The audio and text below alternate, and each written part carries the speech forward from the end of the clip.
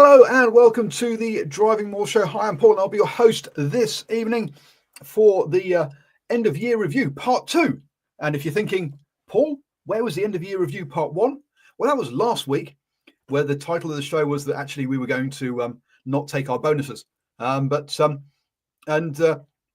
Steve, how are you coping with the fact that you've turned down you've declined to take the bonus because obviously the poor financial performance of the New Zealand Sport Radio this year?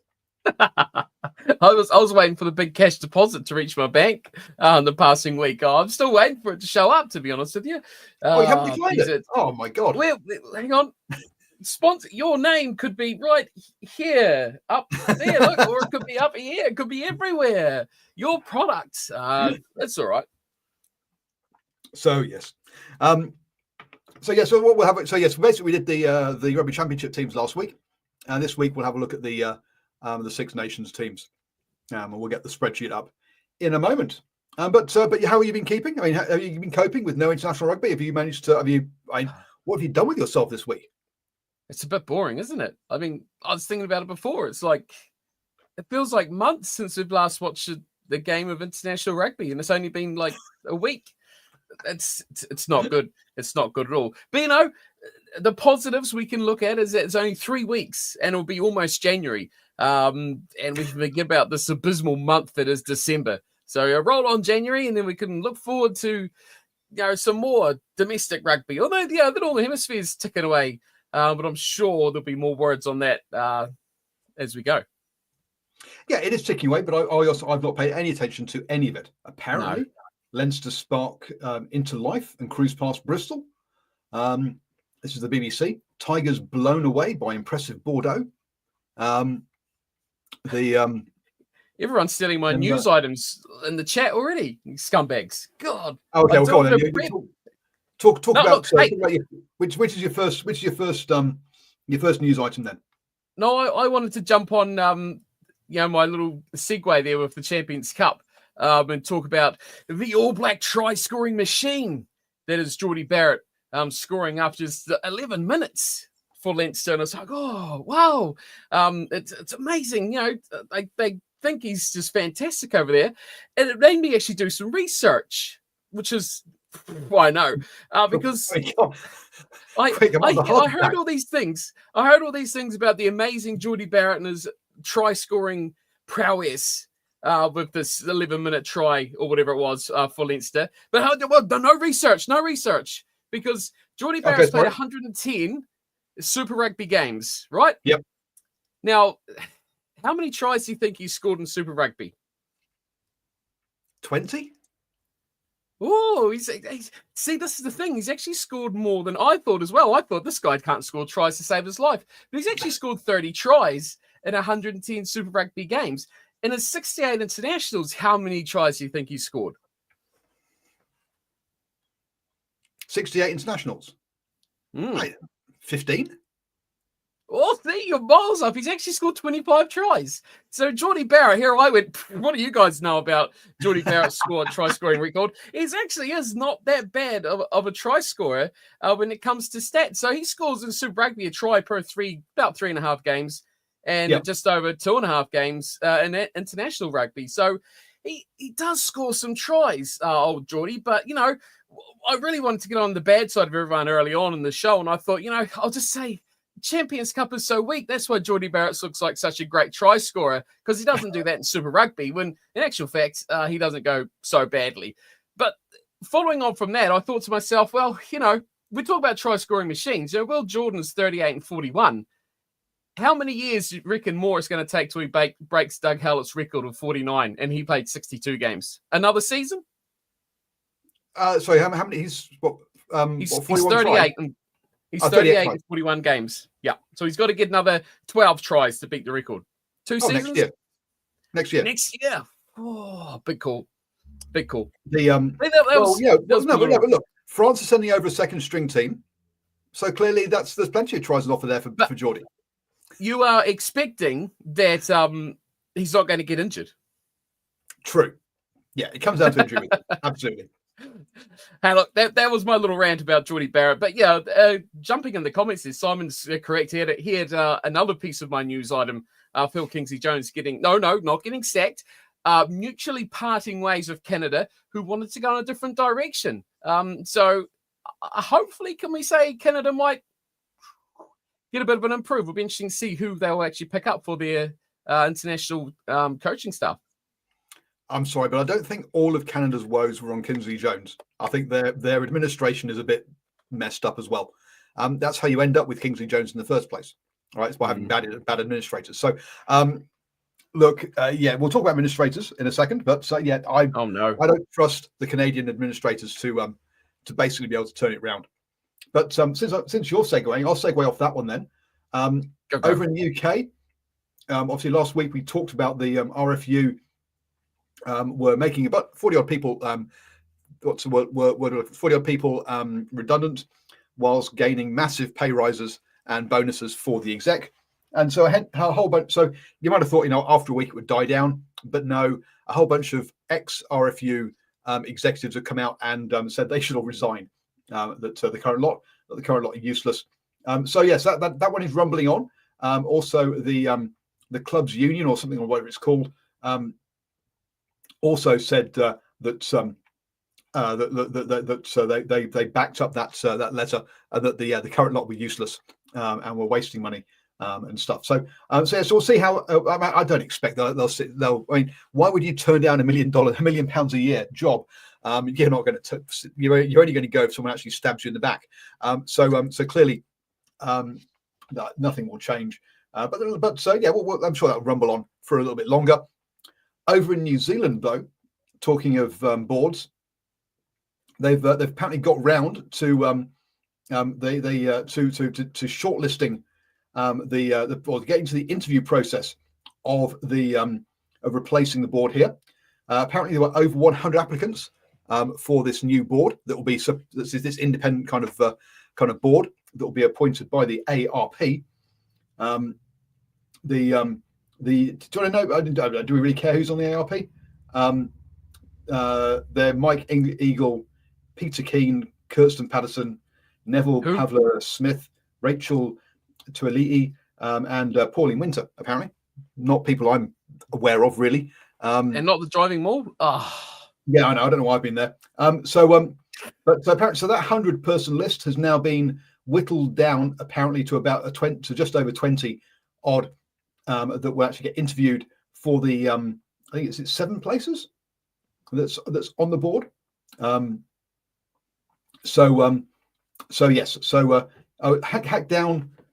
back to about a quarter of that price. So it's about 25 people apparently are going to get interviewed for those places.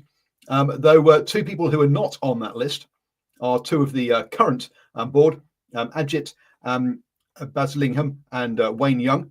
Apparently, the 2 board members who were backing the provincial union's message of saying you have to have provincial people on the board, and then what happens? 9-person board, not 7-person board. What happens? Funnily enough, they don't make it into that into that list because New Zealand Rugby is not happy with these 2 people who are backing the provincial union. So yes, this is totally independent though. So look, I'm sure those moves that had nothing to do with it. So they're not part of the independent structure that is being put together. So 9 out of 25. So 1 in 3, 1 in 3.5 chance of getting through if you've got to there.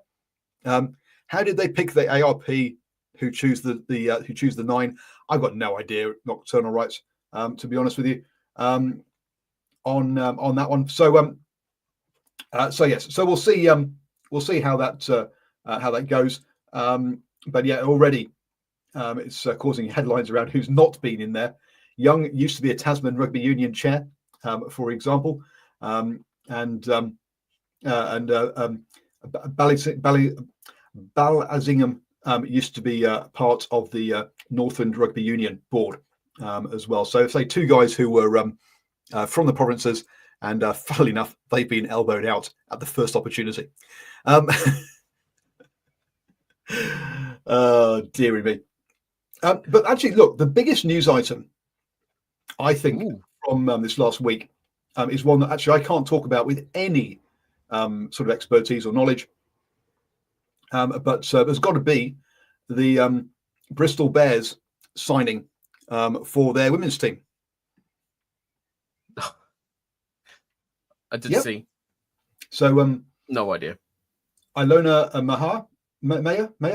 Oh, geez, sorry, folks. Anyway, viral sensation at the Rugby World Cup has gone on to. I think she came second at Dancing with Stars in the USA, and has been a massive sensation from. Look, she's a decent rugby player. Don't get me wrong. Look, the Dancing with Stars stuff is all fun and games, but yeah, so massive signing for the Bears. And I think they doubled their Instagram followers in like 24 hours after announcing it, which shows you that there is there's a commercial value there to her as well. Now, look, I don't watch women's rugby, but I do know she's a damn good player, but she's a sevens player, so it'll be interesting to see how she transitions over to the 15s. But good luck to her. And look, at least increasing eyeballs on the game has got to be a good thing. Bristol Bears making an astute signing there. I was going to say, was she the one that missed a tackle on Geordie Barrett in the weekend to get their first try? Straight into the men's team like that. God, it should be good. By the sounds of it, the men's team could use her. Exactly. But getting good for America, good for them getting the talent and the players out there as well, and breaking into the English leagues, which is good to see. Look, before Simon steals all my further news announcements, I'm bored of the boardroom with you, Paul. So I'm going to quickly swivel through. My next news item was exactly that the New Zealand Māori will be facing Scotland on the 5th of July and Whangarei, if you weren't aware of that. But I thought about it, and I was like, that's going to be a lionless Scotland, isn't it? So no Finn Russell in that game. So pretty much full-strength Scotland. Should be interesting how they go as well. Also mentioned earlier from Nocturnal, speaking about Aiden Ross possibly playing. No. Let's talk about mid-year tests. So what's happening in mid-year tests next year? As you said, the Scotland stopping off and having a game against the Maori All Blacks before going and playing two Pacific Island teams yet to be named. Who that will be? England are off to Argentina and the United States. For their trip, so 2 games against Argentina before playing the USA. Italy are off to South Africa, so 2 games South Africa. South Africa will round off with a game against Georgia. Wales have got 2 test series against Japan, and Ireland are playing Portugal, Romania, and Georgia. All powerhouses. How Georgia are playing both South Africa and Ireland in round 3 of those mid-year tests, we'll have to wait and see. Now look, it's good to see Georgia getting an opportunity against a couple of tier 1 teams in there. And I think and obviously France are coming here to New Zealand for a 3-test series as well. Talking about that though, France have done the decent thing. Well done, France. Yes. They have turned down New Zealand Rugby's fantastic idea of, that's sarcasm, folks, of playing a game in the USA, like I guess New Zealand did with Fiji this year. But I guess this year we didn't really care so much because it was Fiji, right? At the end of the day, and but they were trying to do the same thing with France, and France turned around and went, "Nah, we're not traveling halfway around the world to play you guys, and then traveling another quarter of the way around the world to play you again. That is just nuts." And so on that one, they've said no because of player welfare. We're going to play all 3 games in New Zealand, even though New Zealand Rugby was going to give us a stack load of cash. We've decided that player welfare is more important than cash, which makes shock horror. And that's probably the first time I've ever heard that. Good on that. It would make more sense for a game in New Caledonia, says Simon. Yeah, New Caledonia does not have has about the population of Eden Park Stadium. There is no way they're going to be going to playing a game in New Caledonia for that one. So I think that's the majority of the kind of games we know about at the moment that are happening in that. Chile have got a game against Argentina as well. So Argentina are going to go on tour after playing England to go and play Chile And obviously they've got that warm-up game against British and Irish Lions in Dublin, because that's the natural home of the Pumas. I'm So, interested yes, for those Lions games, the Ireland games, to be honest with you, because Ireland is going to be missing a lot of players, surely, right? You know, it's their coach that's coaching the Lions. So Georgia, I mean, Portugal and that might struggle, but for Georgia, this is a really good opportunity against a team that will be very depleted and will be looking for a ticket for themselves to get into an Irish full strength team at a later date as well. So massive opportunity, not only for the Irish young players, but also for the Georgians, especially to actually put a big result on the board, because, you know, in 10 years' time, all you'll see will be Georgia 27, Ireland 13, and that's all that will matter. Hot take there from Cornflake. And Simon does remind us that the South Africa and Georgia do have a partnership agreement. Yes, on that one. Is the Springbok blowouts in a one-day record that's been done previously by the? I think it'll be interesting. So South Africa with 2 games against Italy and 1 against Georgia. I think we might be heading towards the highest ever number of points scored in a mid-year test window by a team there for that one. So yes, we could be seeing some sort of records broken with that one.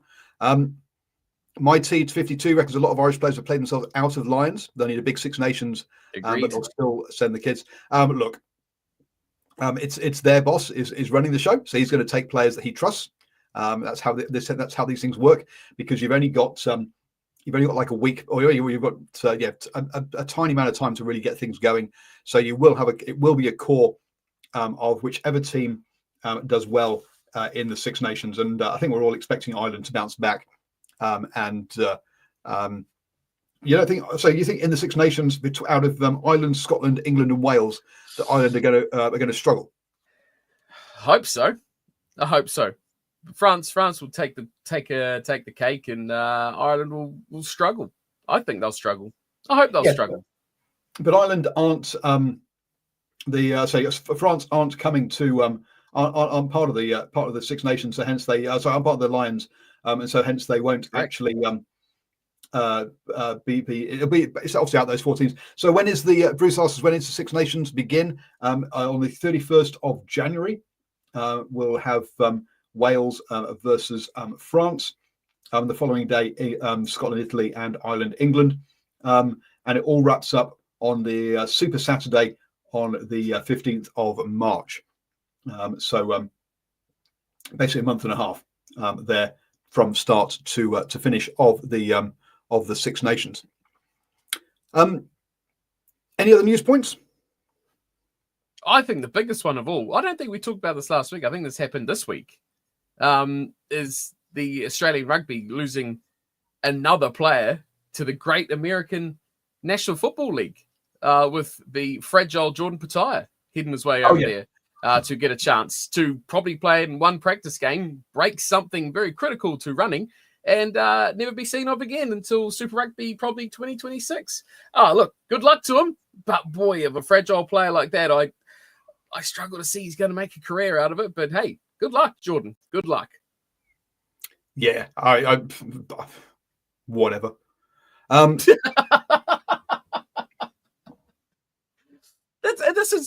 think he's quite a good player for the Wallabies. When he was fit, yes, he could have been. He wasn't. When he's fit and good, yeah. When he broke in, about 5 years ago? He was really good, and there was lots of promise. But his career has stalled since then because he can just not string 2 games together. Again, slight exaggeration, folks. I'm pretty sure he has managed to do that, but even so, on that one. Apparently, Japan have allowed a rule to allow foreign teams into the Japan League One, so that'll be interesting. See if the Cheetahs can get in there from South Africa. Apparently, Johnny Hillers can play after some police stuff. No idea what was going on there. Police Academy audition. I've got no idea what that news is, to be honest with you, folks.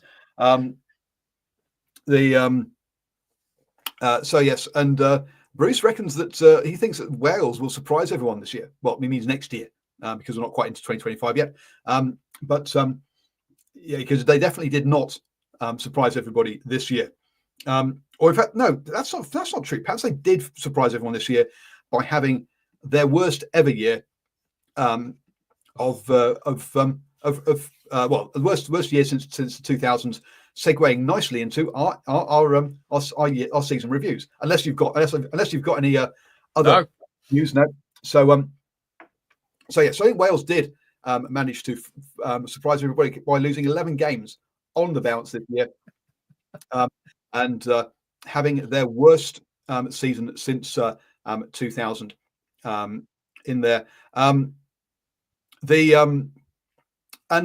at that, at their results, 3 out of their 5 worst years have been within the last 5 years. So, is it really Warren Gatland that's the problem, or is it more structural issues at Wales, do you think? Oh, it's definitely structural issues in Wales. There's no question about that. It's player issues. It's eligibility issues. It's keeping hold of players. It's having players wanting to represent Wales. Look, don't get me wrong. I don't think Gatland is the right man, but he's not the result or the reason why that they're struggling so much. I struggle to believe he's fully 150 million% committed. I think he's kind of just operating. But boy, there's far deeper issues that I don't think, any rugby coach around the world could fix at the moment with Wales, which is a bit of a shame. But hey, you just roll each player off the rank, right? And just try find that next superstar. And there's guys there. But it's going to be a hard look back, isn't it, on 2024 of the season for Wales, losing every single game. Do we go back to the boardroom? Are we bored of the boardroom and go, look here, Mr. Boardroom, something's not right. Clean flush the toilet and just reseat everything at Wales. I don't know. Something's got to change. That's what they've recently done, is they've flushed out and changed the board. The board was supposed to come up with a so I've been listening to the Attacking Scrum Rugby podcast. The board was supposed to come up with their grand plan for rugby in Wales. And then they delayed the announcement, and then they delayed the announcement again, and they still haven't come out with it yet. So clearly there was something, as they say on that, because they had a planned date to release it. So there was something to release, and then they all got very scared and went, you know what? We're having a bit of a scandal at the moment because, oh yeah, that's right. We turned around to the women's team and we told them, you must sign this contract within 24 hours. You're not allowed to get legal representation to check it out.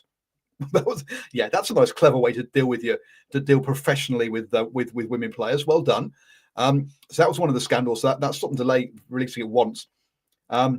They reckon that one of the reasons might be that that Warren Gatland is kind of central to this whole plan, and basically putting this kind of director of rugby, and then him losing so many games isn't a very good look when you're about to say, well, the guy who's going to hold the whole plan together is this guy. So I think there are a number of things have got in the way, but look, they do need to announce it and just get on with it. Look, any plan is better than no plan, which is what they've got at the moment. It's interesting. Look, if you look at their stats, their best year was 2018, and 3 of their best years have been recently as well. So they either seem to have very good years or very bad years at the moment, fluctuating between the two. Which is kind of surprising. The most ever wins they had was in. I got Wayne Pivac in the wrong spot there. Was actually in Gatland's last year, where they won 11 games in a season at that World Cup in 2019. So that was in some ways Gatland went out on a high.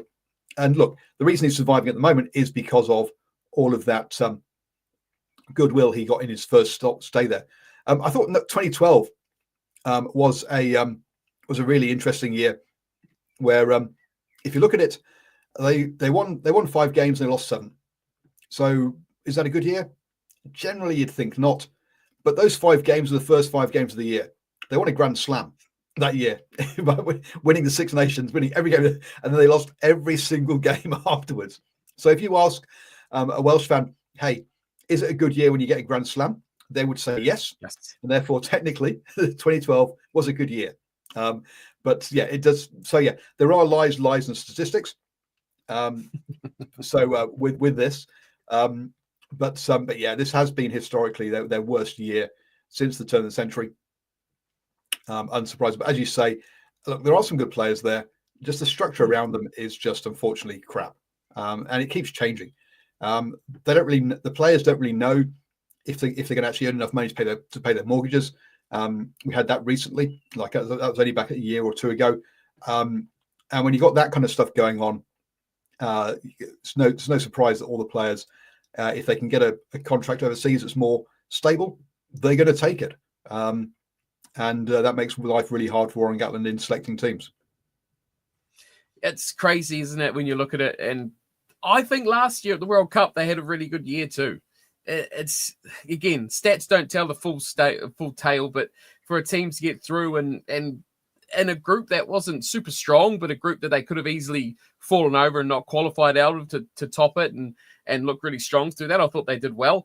To back that up with this season, it's not really a good look. But they need a bit of consistency. It's going to be tough for them because if you don't perform, you've got to be looking to improve and make changes. So it's a really tough spot for Gatland. But if you can build a bit of consistency, build a bit of continuity, find those players, you've got to try those players out to see if they can step up to that next level. I do think someone with some fresh ideas and the ability to play a style of rugby that suits the players a bit better would advantage Wales a little bit. We know Gatland delivers his certain style, which may or may not be fitting with the Welsh squad at the moment. But yeah, where do they look? There's always a question mark as who wants to coach Wales, and where do you look from there? So yeah, it's easy to say, yeah, Gatland's got to go, but who's got to come in next? So I believe they will improve. I believe the talent's there. It's just that mental thing too, eh? But a belief. You go 100% losing record, it's hard to believe you can win your next game.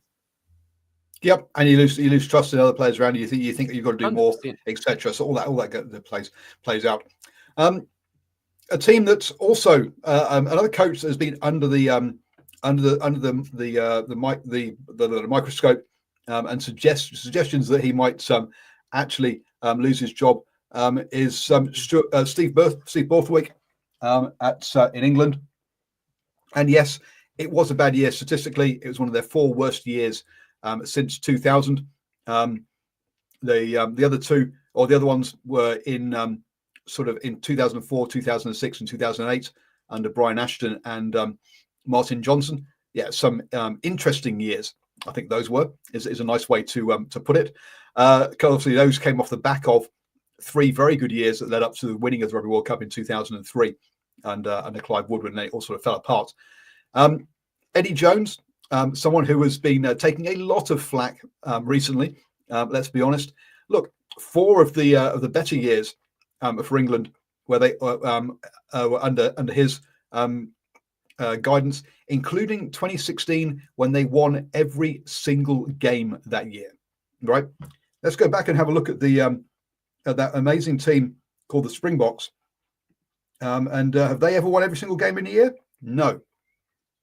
So they got close in 2019. So look, Eddie Jones, and there's some very good reasons why he's got a bad reputation at the moment. But look, you've got to remember he has had some very good years as well in there, including that 2016, which when you look around, you've got like the All Blacks, England, and a couple of other teams. Another team I think we'll talk about that also had that done, but it's very, very rare to have that kind of season. But this year, for Steve Borthwick, 5 wins and 7 losses. You got to remember that does include a trip down to New Zealand to play the All Blacks. So it has been I don't think the numbers here tell the full story. I think England have had a better year than the numbers say. Would you you say that the unbeaten year? Would you trade that unbeaten year for a World Cup? Oh hell yes, absolutely. Exactly. 100%. So that gives 1-4. Who gives a shit about your unbeaten year? No one cares. England. No one cares. I do agree with you though. I think England's had a much better year than those stats certainly do tell. I think they have developed their squad in key places. You could argue they probably have one of the best number 10s running around world rugby right now. Love them or hate Marcus Smith. A lot of teams are struggling to fill their 10 jumper, except for maybe a couple of others. But yeah, I think they've developed well. I think, and we talked about a lot of this at the World Cup last year as well. I think that England do have a core, a spine of a very good side. It's just filling out those places around them and getting that experience of them together. So as much as it pains me to say it, I do think England are a lot better than people are probably giving them credit for. And I don't say that lightly, because no one likes to see England doing well except people from England, much like Auckland is in this part of the world. So yeah, a decent year. I think the pressure that he got put on during these autumn internationals was, media build up and just garbage. But yeah, I expect England, by the time we look at 2027, they will be certainly a team that will be looking very closely at as they progress. And look, they did very well last World Cup too, didn't they? So yeah, they've certainly got a plan. And if they can keep this team together and injury free of those key players, I think they'll have a good next couple of years. I think they're going to be tough in the Six Nations, and I do think. I don't think that they will take a lot of English players with them, but if I was picking a squad, I would probably have a few more English players than most other people would do, because I feel there's a lot of key guys in there. Yeah, look, I'm not sure I'd grade them much better than they're not a bad team. They're also not a good team yet. But what you can see is that the pieces there, and it's heading in the right direction. And to me, that's that's the big difference here between England and Wales. Is look, England got close with the All Blacks a couple of times. Wales weren't close in some of those games. You just can't see really where that the direction was. You can with England. You can say, okay, yeah, I can see the bits are there, and then it will improve over the next next few years. So it's I'd say yes, it was one of their worst years statistically from a results point of view, but I don't think it was as bad. I think we've had much worse years under Martin Johnson and Brian Ashton, particularly Martin Johnson, where actually the numbers look better than the actual years were. I think, whereas I think in this case it's the other way round.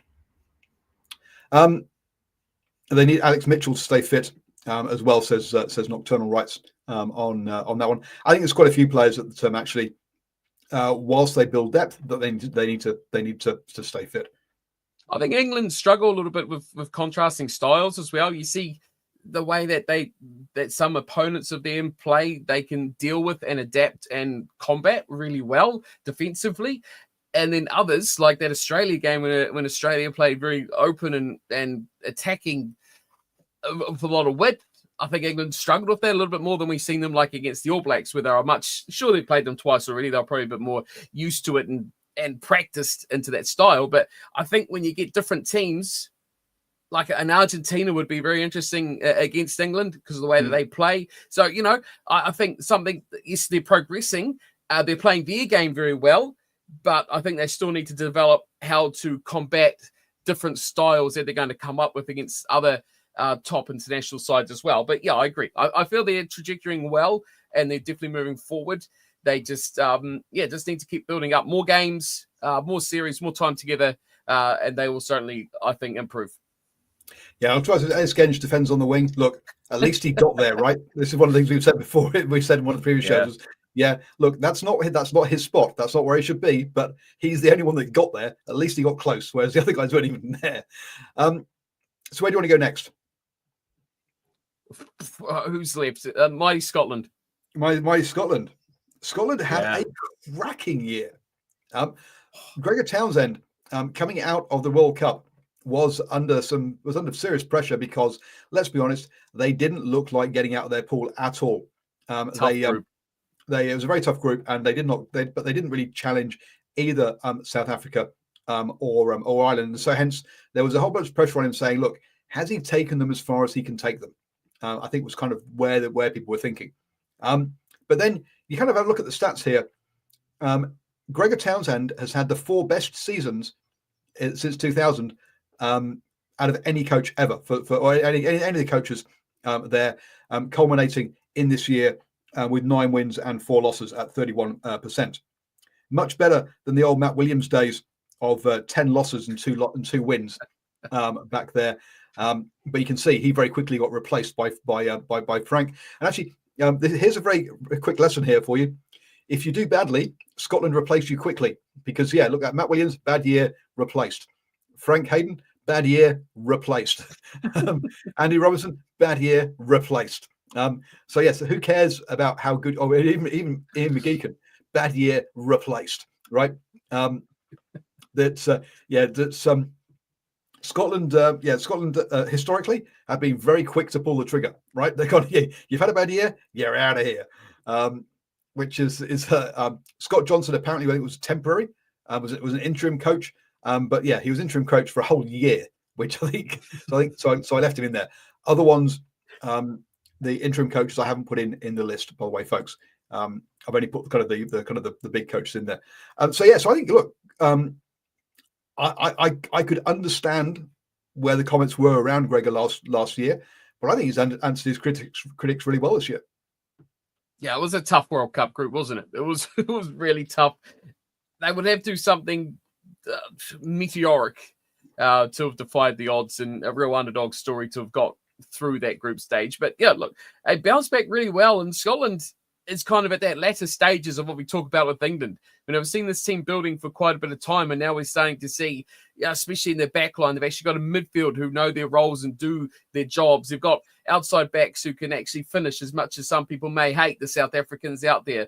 And of course, the White Wizard, who's no longer Whitehead of Darcy Graham. But they've got guys that can finish, guys that are still developing. I feel like they're in a really good place of youth mixed with experience. They probably need a bit more out of their pack that they could get. I feel like they've got guys that maybe are lessening their effect through their forwards, but still they're progressing really, really well. And I think the problem with Scotland, we talk about a lot of this during the Six Nations, is that mental capability of going into a game believing you can win. They always go in believing they could beat England, and they more often than not do. Do they go into that game at Stade de France against the French believing they could win that game? I just completely believe that is a massive hurdle for them going into a lot of their big Six Nations games. So they're getting better. That's a really good record from them. I'll be absolutely wrapped with that, to be coming away with a record season like that. But I feel there's a lot more to come from them. They just need to keep that progression of finding those stars and keeping guys fit and in the team and building around the core that they've got there, which is really good. That surprised me. I didn't think that good of a year when we look at it on paper, but really good year for Scotland.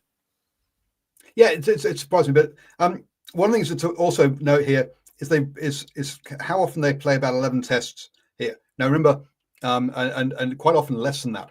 Whereas if we look at if we go back to an England one on that graph, they definitely play more games and more consistently. Clearly, one of the other things to point out here, folks, if you look in England there in 2020, they played 9 games.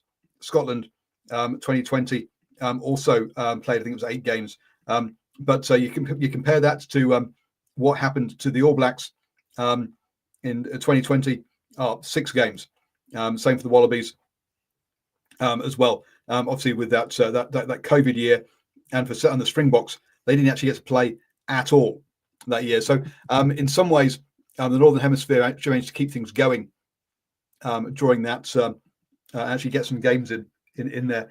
So there isn't that kind of that drop. In fact, COVID wasn't even the lowest number of games that Scotland have played in a year, which is kind of nuts when you think about it. And we look back at 2009. Now it doesn't help getting knocked out of the Rugby World Cup early. There for with only 8 games. It's a Lions year, it was 2009. Sorry, only 8 games that year for Andy Robinson. And so I think with the fact that Greg has managed to get that, especially the last few years, that more consistency, more games, actually also helps the side as well. Actually, having game time together there. Simon says, I remember during COVID years, Six Nations stopped halfway through, and then they played it later in the year. Absolutely, yep, they did, and obviously, and then they also played some end of year games against each other as well in that one. They seem to recruit a couple more South Africans for the pack. They've got Chris women in there. Maybe like a second rower and a big bullying number 8, just to complete. Like, what was that big bearded guy, Strauss? I can't remember his first name. Big guy, massive beard, Strauss. Look, they need another one of him. Bring him in, big bulldozing, rollicking, and just a stand up, deliver, line out set piece guy in the second row. If they can pick that up, a bulldozing runner, a really good breakdown expert in the back row, a bit of more muscle in that back row as well, and a set piece champion in the second row. And I think that could be the makings of the final pieces they need to take that next step. So yeah, Josh Strauss is the player you're thinking about. Josh Strauss, right? That's it. But yeah, no, they do struggle when they come up against your South Africa's, France, Ireland, where it is that pack that dominates. Mm-hmm. Talking of that, moving on to Ireland. Ireland, they're 8 wins, 3 losses, a 20% loss ratio. So a decent year when you compare that. So we just said that Scotland have had their best year ever at 31%. Ireland with 27 doesn't even get green for them because they had a better year than Scotland. They had a perfect year back in 2009 where they won 9 games and had 1 draw. They followed that draw up doesn't with count. Sorry? Draw doesn't count. You got to win them all. Also, you got to say that point out that it was a line year, which meant that Ireland went on one of their tier 2 mid-year tours, I believe, for that one. But that was followed up by their 4 worst years under Declan Kidney. The fact that he survived that long, there is no way he would have survived that long in Scotland. They would have definitely pulled the trigger before then.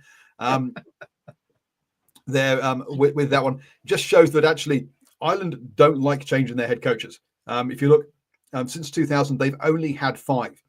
Whereas if we go back to some of the other ones, you'll see they've had 9 coaches in that time. It's nearly half of that. They really do like to stick with their coaches. But yeah, Andy Farrell last year, cracking season, won 12 games, lost 1.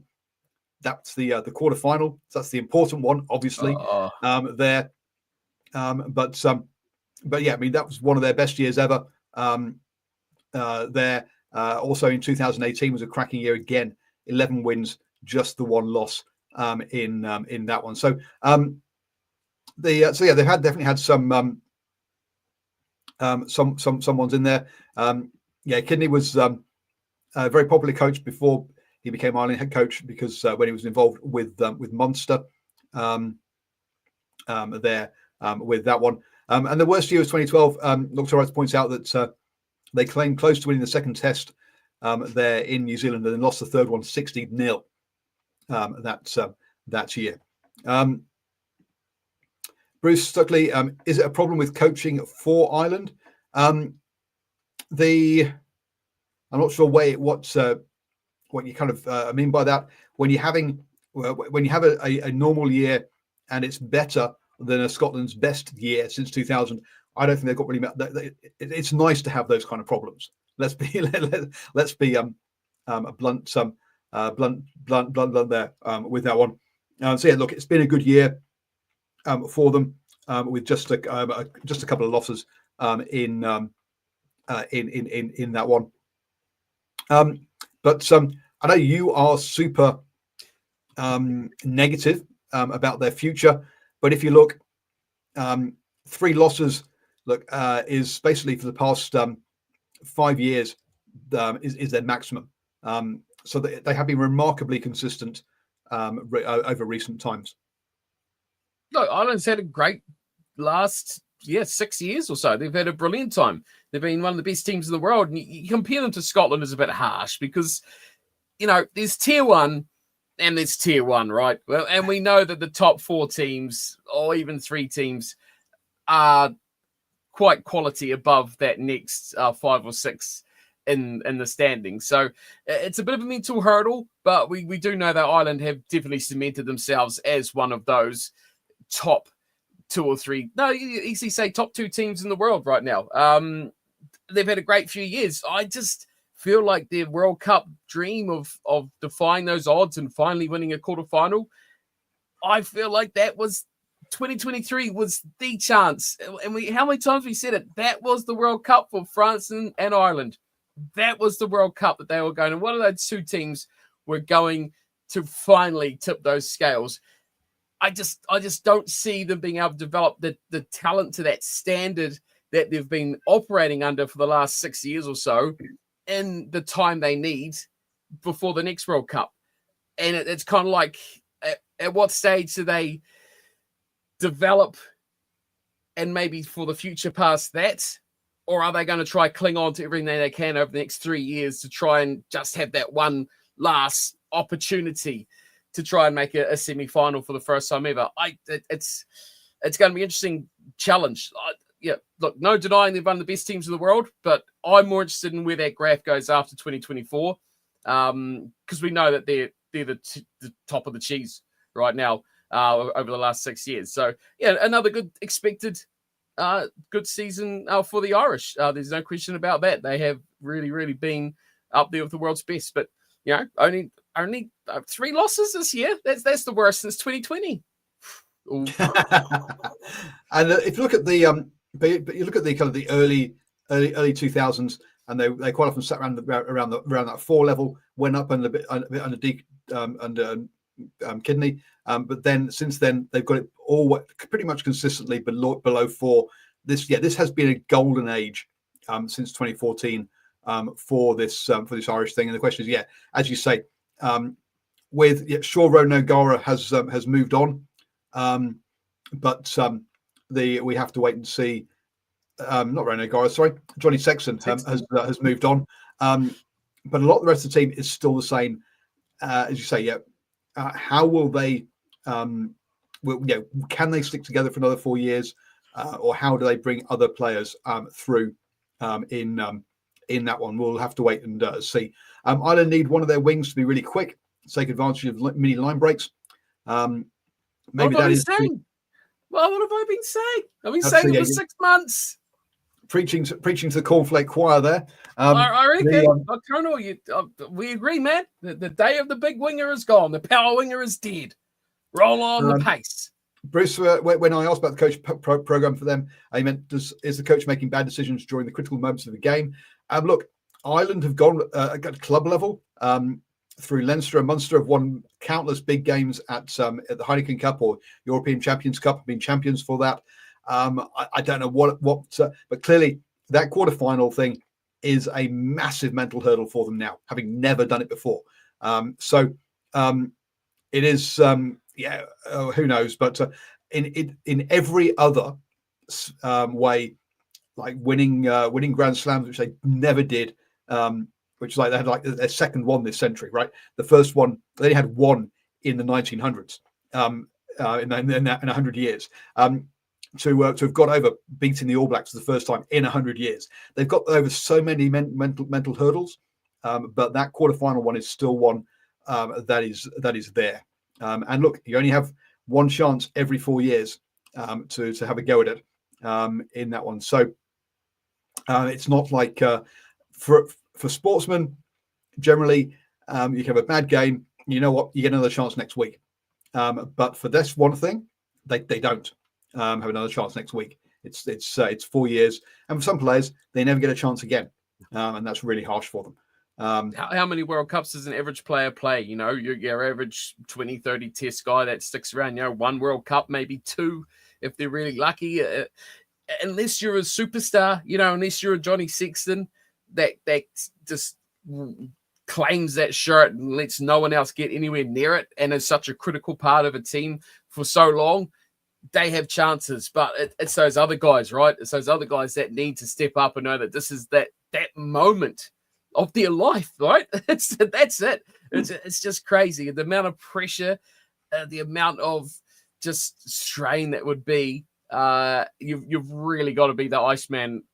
And Ireland they don't have those Icemen to get the job done at the moment. I do wonder, and I think I said this a while ago, when I talked about a little of how long these guys are going to hang on, these guys that are 30, 31, 32, are they going to try stretch it out?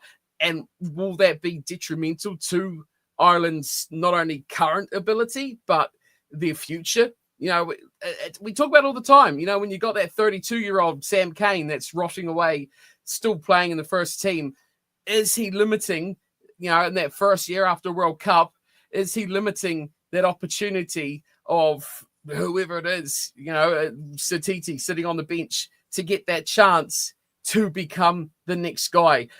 I just wonder how Ireland are going to adapt to that. Do they dump these guys? Do they start to blend them and bench the older guys? Are they going to try and hang on to make them get to the World Cup and have another chance? Is that going to work? Are they past it? There's a lot of question marks of the future of Ireland. Now, when you look at a team like New Zealand, essentially, you've got certain years when you kind of retire. You either retire after every World Cup or a Lions, right? Now, because the Lions only happens once every 12 years, that means generally there's a 4-year gap between when people actually retire. People will. I mean, there were a number of players in the 2015 who did try to hold on until 2017 to get that Lions and then would retire because they couldn't quite make the World Cup.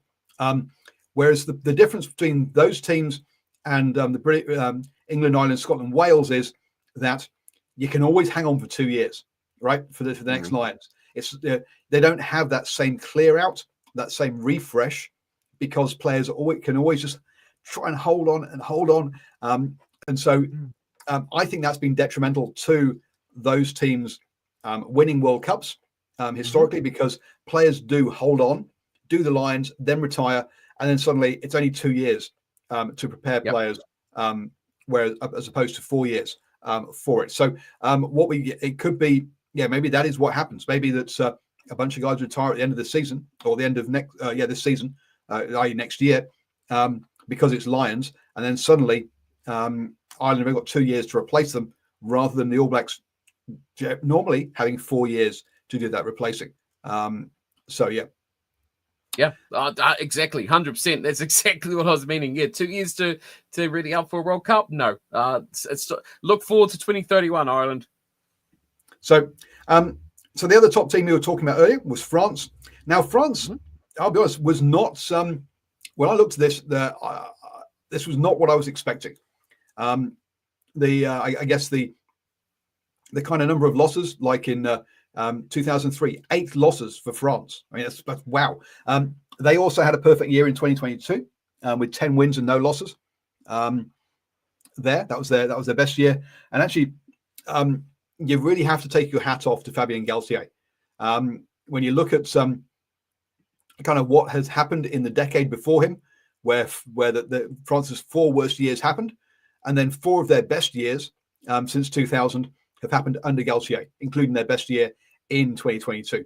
He really has got them ticking there. Now, look, it's not at the same level. You can argue perhaps it's not quite at the same level as you kind of All Blacks and stuff, because they do expect to get a couple of losses each year. They don't expect to have perfect years. There is a bit more expectation of that, but you can see again, as we saw with Ireland, how they've got it below 4. Again, he's got it pretty much below 4 for the past during his reign. The other person that said had a decent job, Bernard Laporte, in that 2 years after the World Cup. Again, France, I think, have an advantage over the Six Nations teams. In fact, they don't have that Lions, and so they tend to do really well in the Six Nations after every World Cup, and during after Lions as well, because players play too much rugby with that longer Lions tour. So years before World Cups, they tend to do well, i.e. years after Lions, because they're going to get a good shot at the Six Nations. But yeah, look, I mean, cracking. Fabien Galtier doing a cracking job there. No wonder he's been able to stay on. Again, in France, though, you don't see them pulling that trigger. Yes, they did against Guy Novus, and hence that's why Jacques Brunel came in. But generally, I mean, look, Philippe Saint-André had a shit year, but was allowed to take it through to every World Cup. For a side that, if you remember in the 2011 World Cup here in New Zealand, where there was a player revolt and basically they told the head coach to bugger off. We're coaching. For a country where they're known for having player revolts and for the coaches basically to be shut out, the fact they've only had 6 and haven't turned them over amazed me when you kind of look at it compared to some others.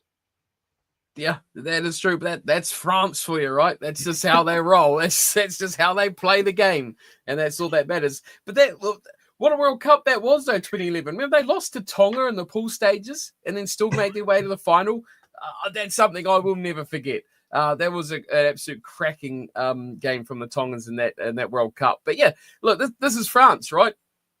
I mean, great period right now under Galtier. No question about that whatsoever.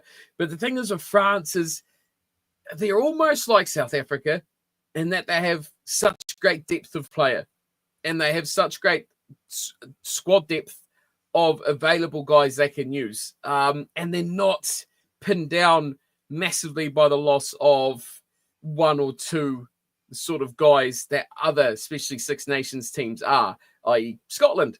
So this is a really good French team. I think they're developing incredibly well, but I do feel like 2023 was their World Cup year along with Ireland as well. So again, to me, yeah, great records, but disappointing in the way they're not pulling out the results, for a team that's been in incredible amount of World Cup finals to never have gotten that trophy is incredible. But yeah, they're on a real good stretch at the moment, and they're in that conversation for those top 4 teams in the world that are clearly streaks ahead of everyone else in the competition. So yeah, doing a good job, great depth of players, good squad, good rugby. They score tries, fantastic support. What's not to love about French rugby right now? Everything looking rosy for them. Yeah, but one of the key things here is that their key player, Dupont, is 28, right? They don't need him. He's not like Sexton, who was past his prime coming to 2023. He's still, I think, they still can grow, still move on. If you look through their squad at the moment, look, there's a couple of players in their. Antonio's like he's 34. The Roman Tafuina is also 34, but that's pretty much it. So they're not going to those players. It's not about stretching those players out to the next Rugby World Cup. They're all young enough to make it to it. So I still think that they they don't have the same problem that Ireland potentially face in kind of losing players. They've got they've age isn't going to be a problem for them. So I think actually they're going to be a real force at the next Rugby World Cup. I don't think 2023 was in the same way with Ireland. That was the year they had to do it. This year, with this crowd, I think they can go on and grow, and they've not sort of run out of time in the same way that Ireland might have done. I don't think. Exactly what I mean by the depth of the squad that they've got. Yeah, I agree. Ireland, I believe that Ireland and France were the 2 best teams going into that 2023 World Cup. That's what I expected. One of those 2 teams were going to, I believe, win that tournament. Ireland don't have the depth, I don't believe, to go to 2027 and be a front runner. I agree. France definitely do. I don't think you could even say that 2023 wasn't their peak. They should be and could be even better by 2027, definitely. Yeah. And you speak about those guys who are sure in those early mid-30s, but they've got guys that are already in their squad and already got a few caps to their name that are down those low 20s. So you see some of those big, massive bodies that they bring in off the bench. It's the depth. So, I mean, they do it very well. They do it very well like South Africa do. And, they can lose Dupont. Like, they lost Dupont at the for the Sevens this year. And they were a bit scratchy during the Six Nations, but when they're on, oh, hell, they're on. And they look really good when they're on. They're just a little bit scratchy at that Six Nations. It was a bit of a shame. But, yeah, they can certainly be a powerhouse and will continue to be a powerhouse. And look, Ireland, I feel, is going to drop away down back into that Scotland tier, whereas France will stay up there. And it's a pressure, and it's finding who is going to be that next team that's going to join and challenge, and where they're going to come from, or will it just drop down to 3? Who's going to challenge out that France, that South Africa, that New Zealand England of the top 3 sides? England, Well, yeah, look, Yeah, it's with a team that's going up, right? Yeah. And yeah, So I look, think it is. yeah, so referencing that age thing, if we look at the Ireland squad for the November internationals, Heffernan 33, Herring 34, Beelum 33, Furlong 32, Healy 37, Henderson and Ty Byrne both again 32, 35 for Peter O'Mahony. We're coming down. Conor Murray 35, Ben Bundyaki 34. And then look in the backs, James Lowe 32 because the backs age quicker. Stuart McCloskey 32.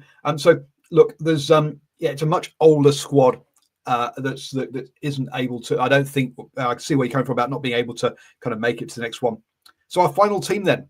Now a team we kind of like to want to like, want to be positive about, and so hence.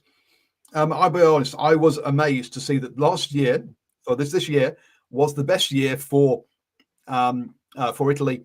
5 wins, 5 losses, 1 draw, 45%. The first time that they've had a positive win ratio, right? Or no, it's not okay. It's not positive, but or at least even win ratio. They've never got this low. And you got to remember, they joined the Six Nations in 2000, so they don't have the same kind of thing we have with the Pumas, where you've got to say there's a pre-joining and a post-joining the Rugby Championship to look at their stats and have to understand them. Here, they've always been part of the Six Nations, so this has been their best year. They had a couple of good years under John Kerwin and Pierre Bizier back there in 2004, 6, and 7, where they had some decent years there. Then they've had a couple of an appalling year where they lost every single game under Franco Smith in 2020, and a bad year the following year under, as well, where they just won 1 game. But to have turned that round in a relatively short amount of time to now have their best season ever, I think has been absolutely cracking for them. Oh, yep, I mean, I want to just stand and applaud. That's what I want to do. Brilliant, Italy. I'm with you. That surprised me. I knew they've had a decent year by Italian standards, a good year, and you can probably say thanks Wales because their demise has been slightly the help of Italy, right? No longer are they the team that everyone in the Six Nations goes, you shouldn't be in the competition anymore because you're at the bottom. So yeah, great season for them. A little bit of pressure off and starting to develop some quality international players and getting some good quality Argentinian coaching, which they seem to have an abundance, don't they? There seems to be a lot of Argentinians around that know exactly how to do it at this sort of level of rugby. So they're brilliant for Italy. And it's good to see so many players out. You think 5-10 years ago, how many Italian players could you name? Like, really? There's very few because they'll rifle through them. It's like, oh, there's a good prop. You know, he's gone. They had a couple here and there. Sergio Parise, he was like, oh, we know him. We know that one. But now you can say, hey, you know, we know a few of these guys. And that prop with long hair. Castro Giovanni. Yeah. Exactly. That's what I mean. It's like they were the guys.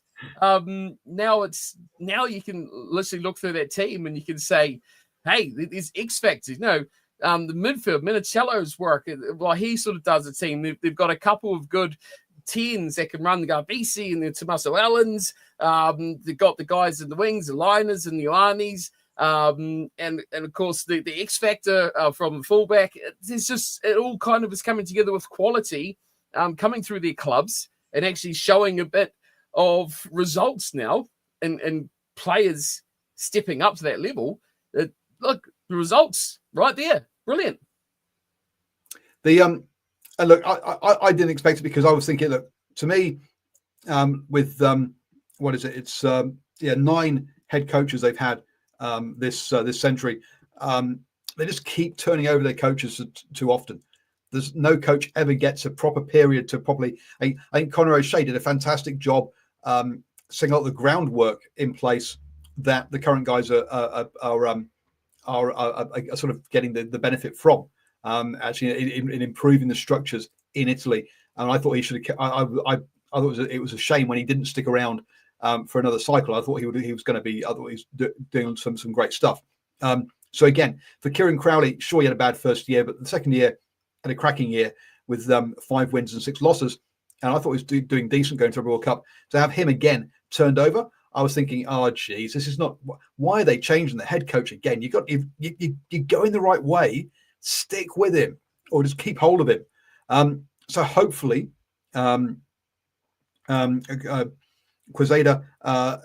does stick around. Well, A goes well first, and then also does stick around as well. Sometimes Conor O'Shea got a better job with England. Yeah, it's. I'm not saying they necessarily sack them, but they every time. But they don't seem to hold on to them where they've got someone good like Conor O'Shea, right? Etc. And so no, Wales. No. Well, I mean, who wants to coach Wales? Who wants to? Yeah. Who wants to coach Italy? I think there's better offers. It's hard to pick them. But I think it's become much more attractive over the last 10 years. Yes. Basically since Conor O'Shea, basically. I mean, look, yeah, you look. I mean, Simon was a terrible coach. He was horrible. He was shocking. Who? John Kerwin. He's a shocking coach. So yeah, I agree. I think John Kerwin was a piss poor coach for them. I mean, putting an open side flanker at 9 was an absolute disaster game against England. I mean, stupid decision, absolutely stupid on that one. So to me, the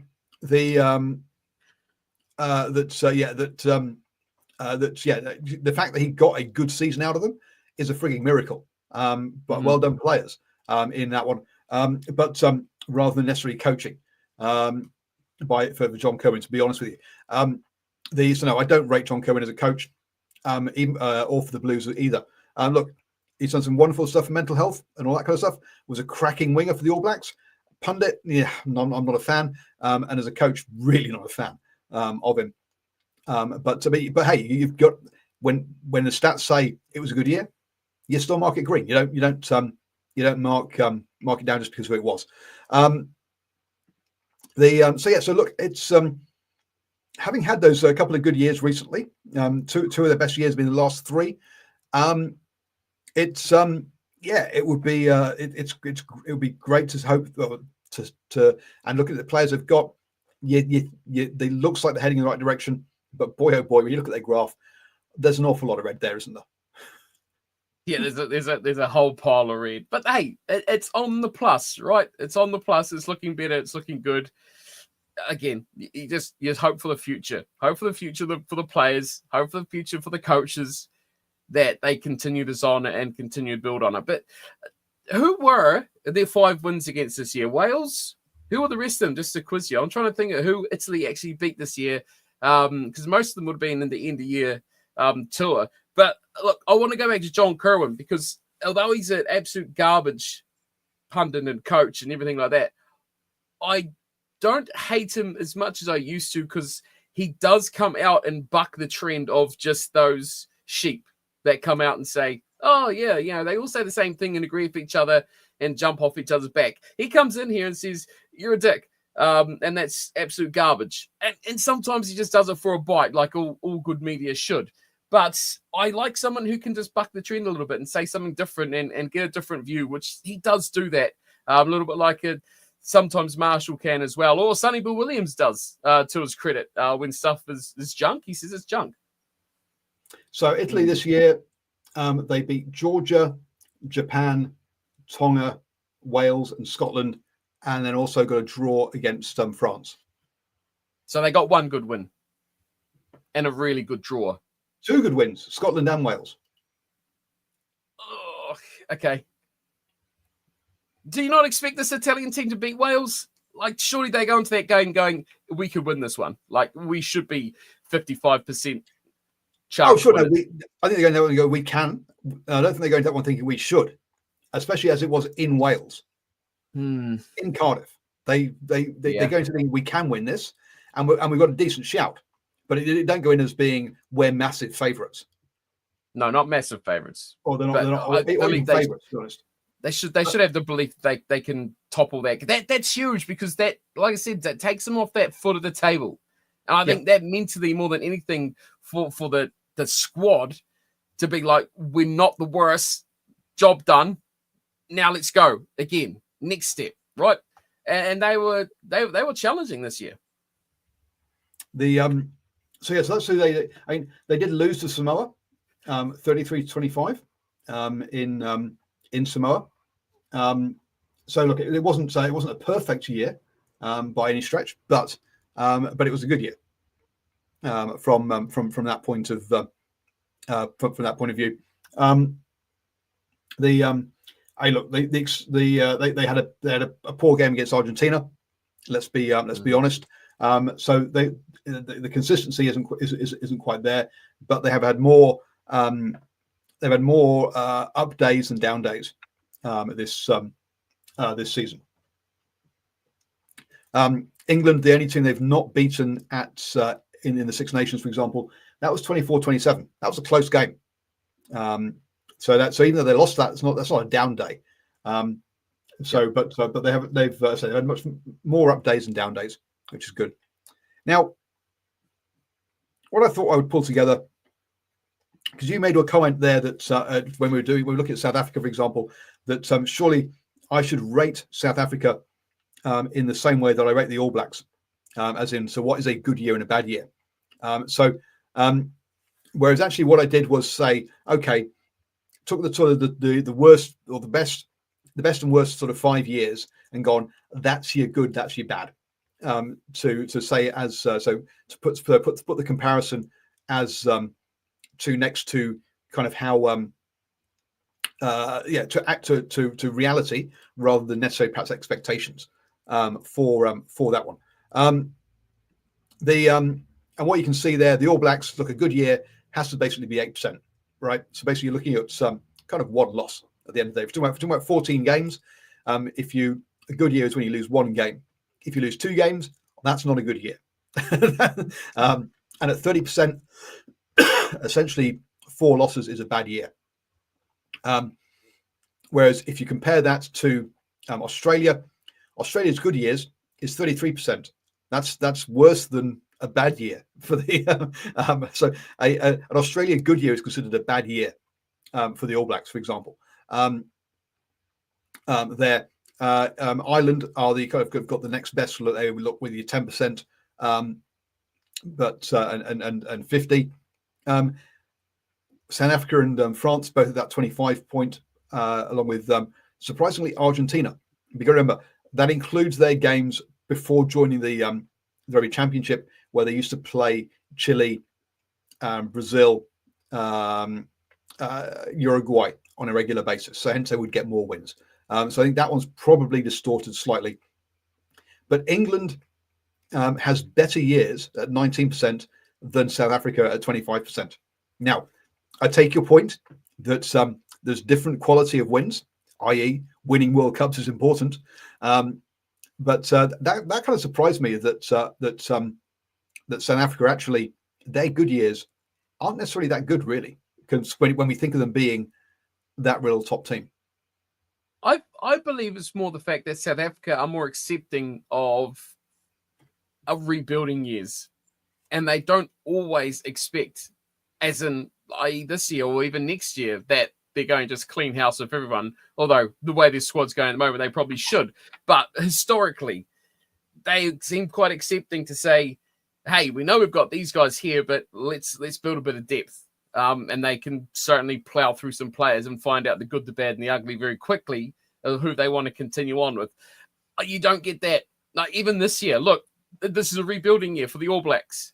The pitchforks and the knives were pretty getting sharpened up quite nicely, although the resistance that it makes everyone look like a fool by putting the knife into the guy that they claimed was going to be the savior, I think saved a little bit of those pitchforks from coming fully out. But still, this was, even despite the fact that we're building off what was the World Cup year last year and we're looking for that next cycle, the All Blacks have that higher expectation. I believe South Africa should have that higher expectation, but they're just more accepting to plowing through and dealing with it. You can't compare the Northern Hemisphere and the Southern Hemisphere, because even with Argentina now, It's like you don't get those Wales, Italy, Scotland games unless you're England. That's a problem in Scotland. But, for France and Ireland over the last 5 or 6 years, really only beating each other has been the real struggle in fighting for those top spots. As long as they get the home games at home that they want, they don't kind of get those games that they expect to win and they should win. The Rugby Championship, typically, you could argue the Wallabies have been down the dumps a little bit, but they're a lot tougher matches to win, I believe, especially with Argentina recently as well.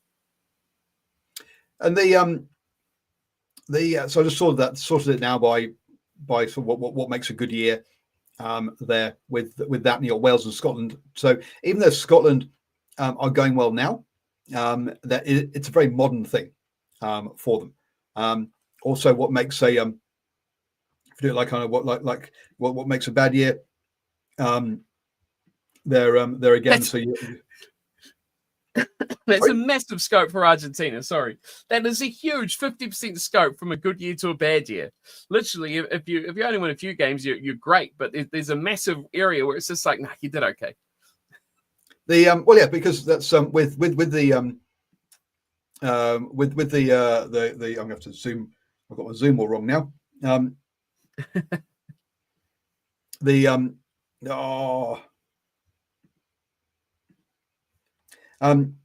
You really do have to take into that thing that pre Rugby Championship set of games compared to the post Rugby Championship kind of set, where Simon said, look, those games weren't capped. I wasn't checking capped games. I was checking test matches. So games against the Barbarians, I tried to weed those out. Games against like Scotland played Counties Manukau, I didn't include that one, for example. But any what I would call any country games.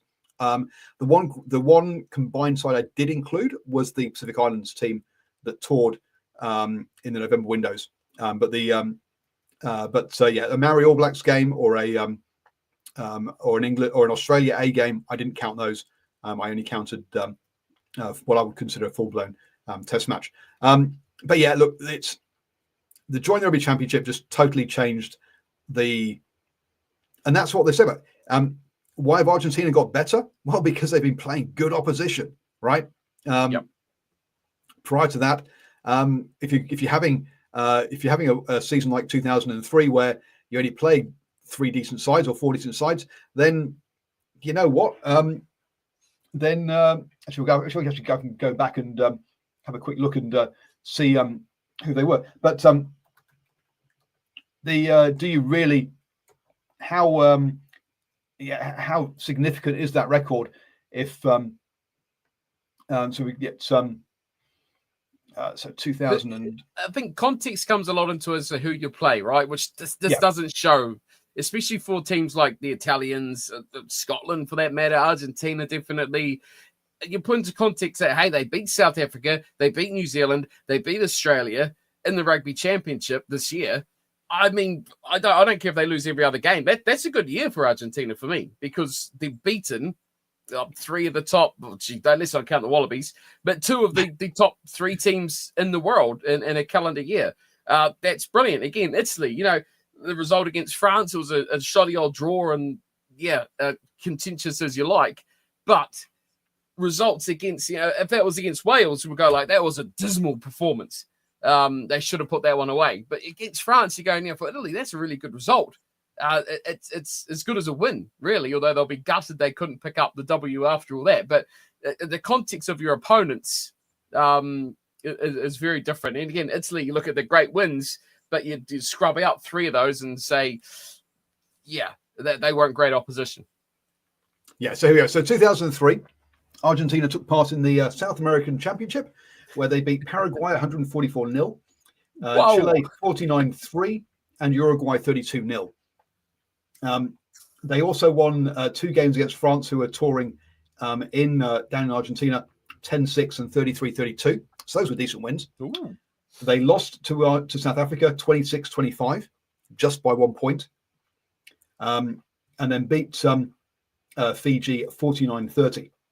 They then took part in the Pan American Championship, beating the USA 42-8, Uruguay 57-0 for the second time that year, and Canada 62-22. And then the Rugby World Cup, they lost to Argentina, they lost to Australia, beat Namibia, Romania, lost to Ireland, beat Chile. Oh, sorry, there you go. Beat Romania and Namibia, and lost to Ireland and Australia. So out of their real games, they lost to Ireland, Australia, and South Africa, and they beat France twice. The rest of the games, really. What French team though? Well, exactly. It was a touring French team as well. This is a French team, we know what French touring teams are like. But again, it's the stats, right? And like I say, in 10 years' time, 21 years' time, you look back and it just says Argentina beat France. Yep. Irrelevant. But in reality, we probably should take we should sort of consider Argentina from 2012 onwards as really, and that actually pre-2012 doesn't really count because of the not being part of the Rugby Championship. But anyway, but that explains why they are such a wide range. On the coaches one, though, is interesting. Ireland had the fewest coaches with just 5. Then you got New Zealand and England, France and Argentina in that 6 range. Wales and Scotland have had 7, which obviously the Welsh one is down predominantly to Gatland holding it down for so long, because no one else seems to survive very long at all. Graham Henry, doesn't take into account how long he was a coach in the 1990s, but yeah, Graham Henry 2 years, Steve Hansen 2 years, Mike Ruddock 2 years, Gareth Jenkins a year, Warren Gatland forever, Wayne Pivac for 3 years.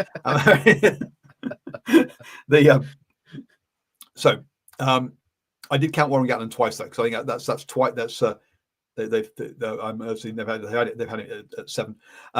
Would that be one of the longest tenures of a Tier 1 international coach? I know, Graham Henry had the All Blacks for 3 World Cup terms, which would have been 12 years. But that's 2007 to 2019. That's 12 years. That would be right up there, wouldn't it? Like, I can't think of any other. Henry and Gatland there would have to be surely up there with the longest. I think so. Yeah.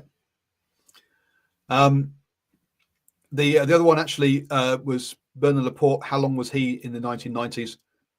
As well, he was with France for a very long time. Then you got Australia and Italy, both with 9. We've always said that Italy can't seem to hang on to a coach, and they have, and Australia also. I mean, they've just been turning over coaches like there's no tomorrow. Laporte started in 99, so he 8 years. Oh, 8 years, okay. But yeah, you got Ewan McKenzie for just 1 year, Eddie Jones just 1 year down here. Checker actually survived quite a long time, going through 2 Rugby World Cups.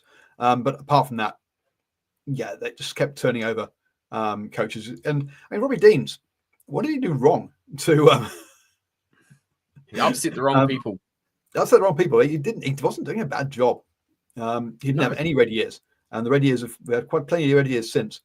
And then finally, the Springboks, 10 coaches. Yeah, Robbie Deans would be lost. He lost to international rugby. A very good coach. Well, he's just slumming it in Japan, isn't he? Or living it up in Japan, I should probably say. He's not slumming it by any stretch of imagination. No, but at the standard of rugby, he certainly is. Like, that's a guy to me that should be coaching internationally, or at least at a top tier club. Like, nothing is Japan. Like, it's doing very well and it's progressing nicely. But gee, if I'm looking at an international coach or a premiership coach or a top 14 coach, that sort of top club level, I mean, he must be getting paid very well. He will be getting paid very well in Japan, but he must have no ambition to try and get back to the top of the game. The Wallabies have kicked the balls a bit too much. I think he's happy just to chill, earn some cash, and have some fun in Japan. Lost, I think, to international rugby. Absolutely, that's there you go. He's basically gone. Look, I'm not going to get the All Blacks job. The Wallabies one was not fun, and I don't fancy Europe. So what a loss. It has been a loss. But yeah, it's amazing how many coaches South Africa have gone through. How did they go through 2 in 2000? That's a really bad run. No, for Nick Mallett, he's just getting chopped in 2020, and Harry Viljoen comes in and gets like a year, and then he's gone. I mean, that's 1, 2, 3, 4 coaches in 5 years, which is quite incredible. So to be fair, Nick Mallett was from 97 to 2000. You hear that we run, yeah. So had a good run, and then Harry Viljoen came in 2000 and didn't last. Only didn't last very long at all to 2001. 2002, Rudolph took over and only lasted 2 years. Jake White then got you say won the Rugby World Cup and then got told, yeah, you're not good enough. 3 losses, you're out of here. Basically, upset the wrong people. I think, really. Let's be honest. As Simon said, South Africa had a lot of internal politics back then. Peter de Villiers was a shocking coach too. He wasn't as bad as people make out. He never had a bad year. He said shocking things. He was not yes. Yeah. Stat-wise looks all right, but it wasn't a great time of South African rugby in the press or anything like that, was it? No. Oh, yeah. Eye gouging. Oh, yeah. We're not playing tiddlywinks, you know. Fucking eye gouging. In that one. And it's Heineken Meyer coming in there. It did last. Alistair Coetzee, he was one of the worst. He had a horrible time of it. And then Rassie turned it round. Peter de Villiers nearly got Zimbabwe relegated to the second division of African rugby. Apparently, there we go. Simon is our founder of information. With terrible coach. Oh yeah, and he says, he thinks that Rudolph was always the one that made the South African players train naked. I remember that story. Yes. Oh dear, rugby was for hard men back then and idiots. Only 7 years professional, and you can still get away with that stuff. Yes. Well, I mean, so if you're looking around the coaches at the moment in New Zealand, and you're thinking, okay, who's going to take over from Razor if Razor only lasts one Rugby World Cup? Who do you think is here that might be in line for that? Joseph, yep. But who's just won a Super Rugby Championship? Don't care. I mean, I think this year's, if it's proven anything, is that Super Rugby Championships don't mean diddly squat. Thanks, Simon. No. So what I was going to say was that he, when he was in charge at Scotland, he took all the Scottish players over to France and took them up a mountain and gave them a rabbit and said, right, kill your dinner. That'll go well. So he had some infamous situations like that as well. That's and that wasn't 10 years ago either, was it? So that was because Vern Cotter was there 2014 to 2016. Sorry, it wasn't it's the run up to, I'm pretty sure it's the run up to the 2015 Rugby World Cup is when he did it.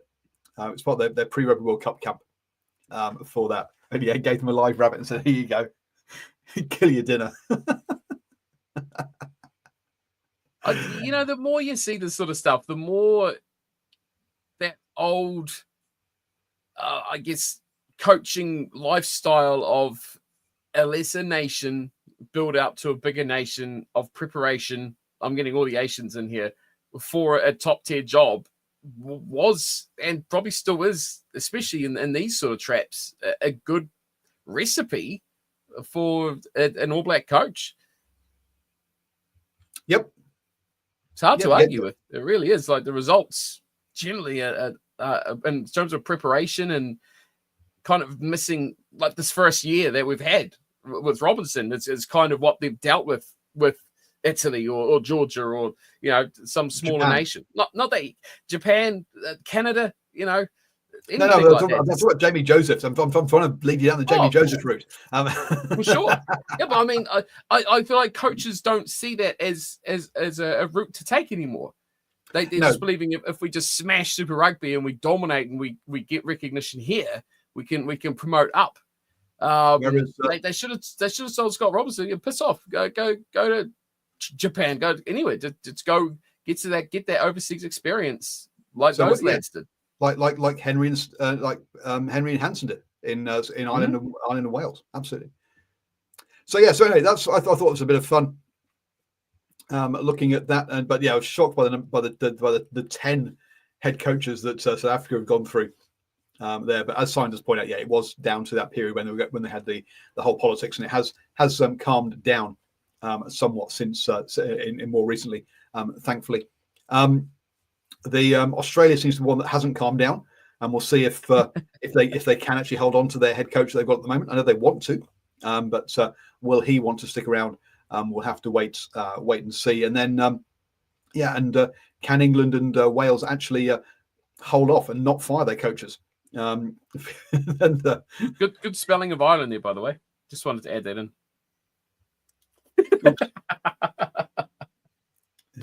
How I didn't notice that for a start, I don't know. It's been there so long.